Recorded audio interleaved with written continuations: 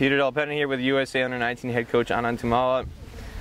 After a 5-wicket loss, rough ending to it was a promising week to start with 3 victories in a row leading into this match against Canada, but guys fall short. What are your overall emotions after today?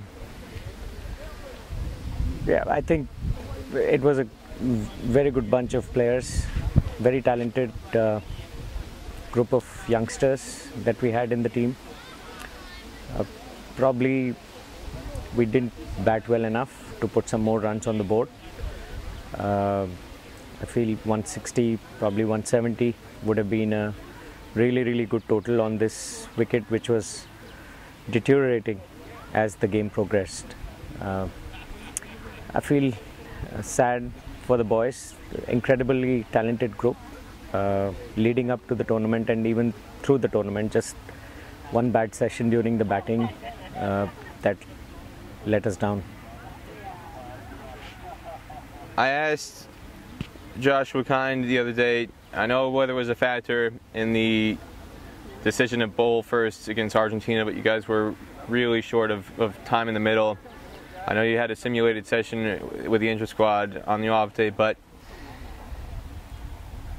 the decision was taken out of your hands against Cayman Islands. Bermuda, you bowled first against Bermuda. If you had to go back, is there any one of those situations against Bermuda, Argentina, where you would have batted first so that you guys could have at least gotten an opportunity in a competitive situation so that they weren't thrown into the fire? A lot of the guys, their first real innings at this event was under such heavy pressure against Canada today. To be honest, as we were preparing for this tournament, we went to Grenada and played good quality cricket there against a good solid Grenada under-19 team, and also we won all those 3 games. And when we came here, we played a practice game against one of the local academies, which had a pretty strong bowling and batting lineup. So from batting practice standpoint, I don't see us falling short.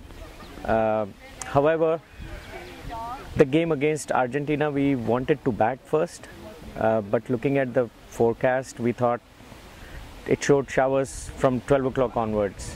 So the best chance to win that game was to bowl them out quickly, as quickly as possible, and then get the score as quickly done as we could. But to be honest, it was just a couple of bad choices, more than a couple of bad choices of shots today. I still feel the guys were ready to handle the pressure, and yeah, hindsight is 20/20, but even if I look back, I would have probably still bowled against Bermuda, and looking at the weather conditions, still done the same against Argentina. None of us felt that we are short of confidence or batting practice coming into this game. In this match, though, in spite of, again, the lack of match practice, I thought, well, for both teams actually, I thought whoever would have won the toss would have bowled first, and you guys won the toss. You decided to bat. What was the reason behind that? You see, in a crunch game like this, where we know that we have a deep batting lineup, and the best time to bat, even though the wicket could be fresh in the morning a bit, if we could negate the first half an hour, 45 minutes, and just hold up our wickets intact and bat deep, 200 on this wicket could have been a very difficult target to chase. So we were looking to get close to 200. Anything more than that would have been a bonus for us. But just that we unfortunately didn't have any good partnerships going. So, but the plan was to bat first, put runs on the board, and then come back and bowl tight and create pressure. And chasing any total 200 or beyond under these circumstances, when it's make or break game, it's pretty tough. So I still think we would have batted first. A key theme today, back of length bowling from Canada really seemed to trouble you guys. Anything up around chest, rib height, you guys were in trouble, lost several wickets in that fashion. Just systematically around the U.S., technical issues, there's from what I've observed going around the country when I've been to various youth associations and youth academies, there's not an awful lot of emphasis on short pitch bowling, in part because of league regulations. A lot of places in junior cricket and elsewhere, and sometimes in even senior cricket, they prohibit, in some instances, short pitch bowling. You get out into a situation like today where you guys looked like you were really tested by it and exposed in a way. Do you think there are issues with regards to systemic issues in whether it's youth structures, league structures, that hinder player development and get shown up in a situation like today, or is there something else that you can explain why guys had so much trouble against short pitch bowling? Yeah, of course. If you look at the structures for youth or pathway for youth, at this point it's still under construction, if I may say so. And the quality of leagues, some of the leagues that we play in, is not quite there.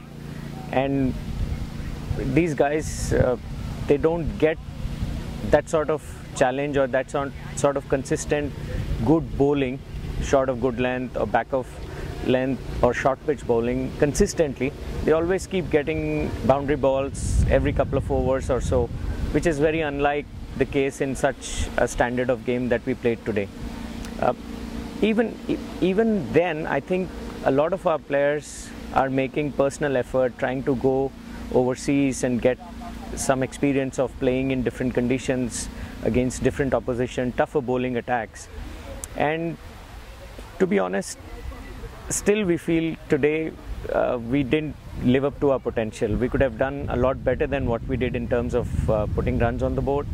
But to answer your question, we have a lot of work to be done in terms of youth structure and pathways. And I'm hoping with all good planning that is going on in the back end, hopefully the youth cricket under 17 especially, because that is the group that is always looking for the next World Cup cycle, that we need to be working on. But yeah, as we go into this elite and mature, play against these elite and mature teams, playing against short of good length or short pitch bowling is something that we need to be working on. No, it's a bit hard in this moment, but you just mentioned, just touched on it, under 17 looking ahead to the future. Two guys who stood out to me this week, Anand Tummala and Rahul Jariwala, two of the youngest players on the team. They're both 15 years old, going to be eligible for the next cycle. There's other guys who could potentially be involved. If you can think that far ahead, I mean, what are the positives you can take out of what you've seen so far this week in terms of the likelihood of USA being more competitive in 2021 going for the next World Cup in 2022? Yeah, we have 5 players in this squad who are eligible for the next World Cup cycle for under-19s, and that is incredible. If you look at it, not many teams may have that luxury in terms of those numbers. And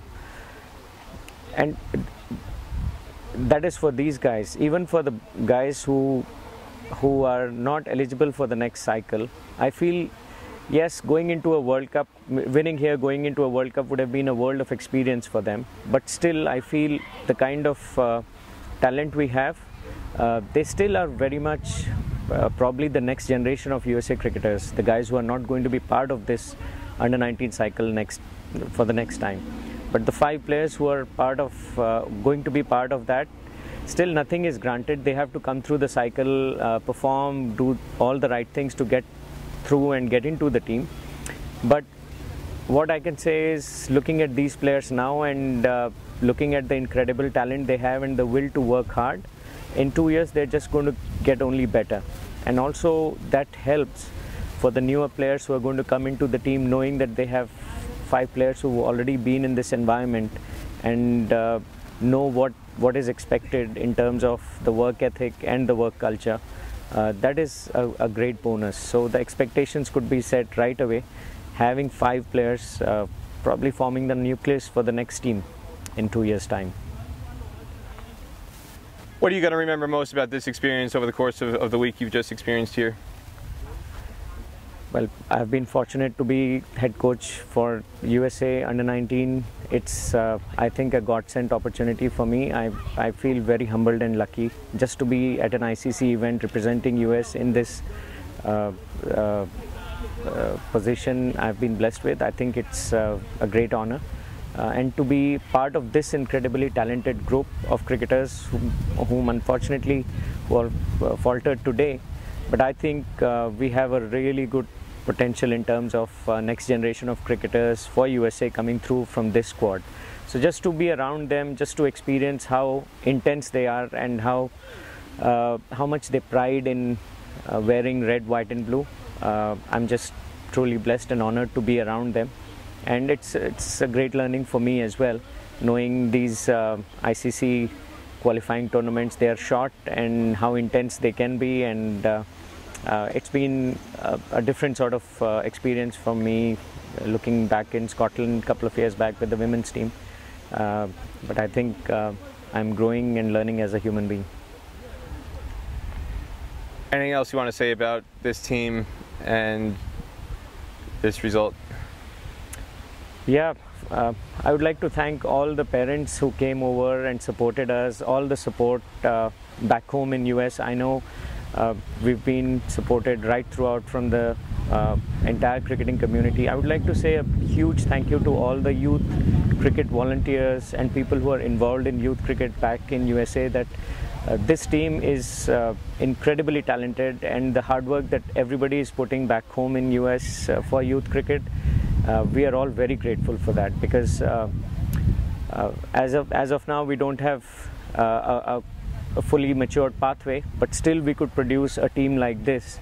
So if we can all work a little more harder and with the right guidance from USA Cricket, I think sky is the limit for USA in terms of under 19 cricket. But a huge thank you for all of them. I would like to thank my colleagues at work who've been supporting me and helping me. Without their help and support, this would not have been possible for me to do.